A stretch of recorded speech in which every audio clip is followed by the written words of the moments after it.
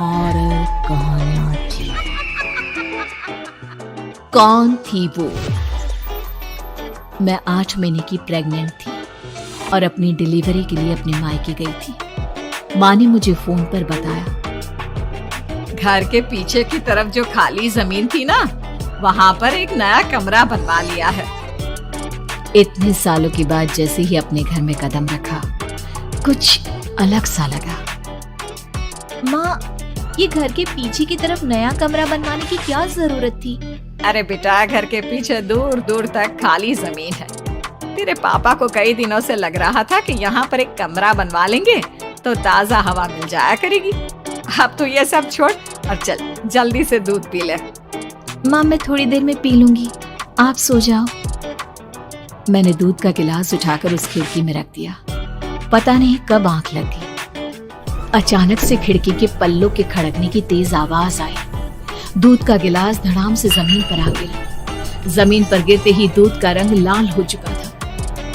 मैंने खिड़की से झांक कर बाहर देखा। चारों तरफ धुप अंधेरा था। उस अंधेरे की तरफ से कुछ आवाजें आ रही थी, जैसे छोटे बच्चे आपस में खिलखिलाकर मस्ती कर रहे हो।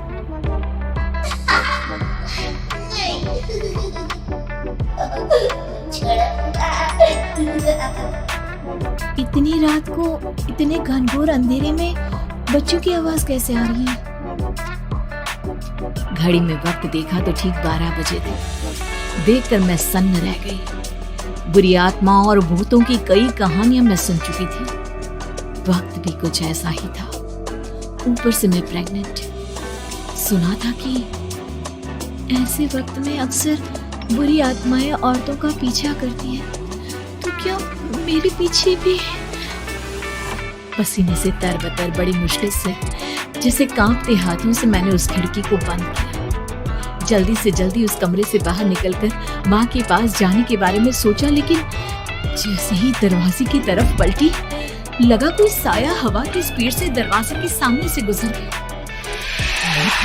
मेरे गले में अटक कर रह गई। मैं जोर से चीख कर माँ को बुलाना चाहती थी, लेकिन वो आवाज खुद मेरे कानों तक नहीं पहुंच पा रही थी।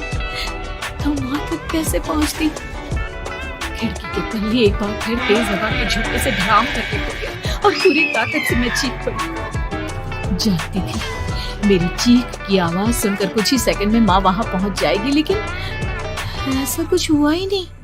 मेरा कलेजा डर के मारे फटा जा रहा था। आखिर माँ ने मेरी आवाज क्यों नहीं सुनी? इतनी गहरी नींद में तो माँ कभी नहीं सोती। ठीक पीछे खुली हुई वो खिड़की। मुझ में इतनी ताकत नहीं बची थी कि मैं पलटकर उस तरफ देख भी सकूं। हवा का एक सनसनाता हुआ झोंका उसी वक्त मेरे कानों से आकर टकराया। लगा जैसे किसी ने दबी हुई आवाज में धीरे से मुझसे कहा, चली जाओ यहाँ से। मैंने दोनों हाथ अपने कानों पर रख लिए और एक बार फिर ताकत लगाकर जोर से चीखने की कोशिश की।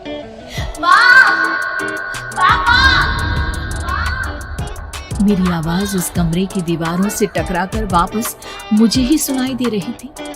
जितनी ताकत के साथ मैंने चीखने की कोशिश की थी, कुछ ही देर बाद उससे कहीं ज्यादा तेज और दर्दनाक चीख मुझे सुनाई देने लगी। ये आवाज ठीक मेरे पीछे खिड़की से आ रही थी। वो आवाज मेरे कानों में पिघलते हुए लोहे की तरह गिर रही थी। उन आवाजों में हैवानियत थी।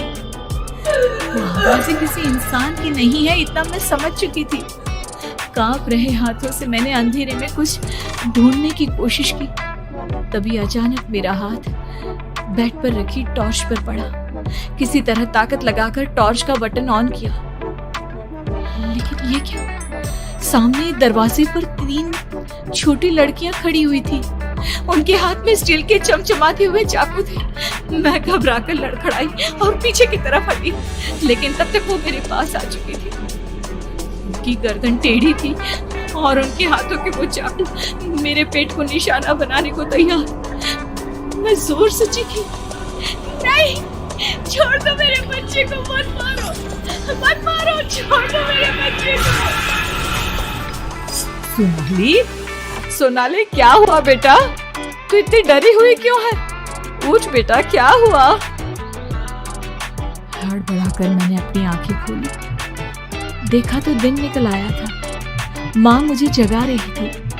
मेरा चेहरा पूरा पसीने से लथपथ था। क्या हुआ बेटा, तुमने कोई बुरा सपना देखा क्या? मैं अभी तक अपने पूरे होश में नहीं थी। वो मेरे बच्चे को मार देगी माँ। वो लड़की मेरे बच्चे को। मैंने घबराकर अपने पेट को छुआ। सब कुछ ठीक था। और वो दूध जो रात को यहाँ पर गिर गया था, उसका रंग लाल हो गया था।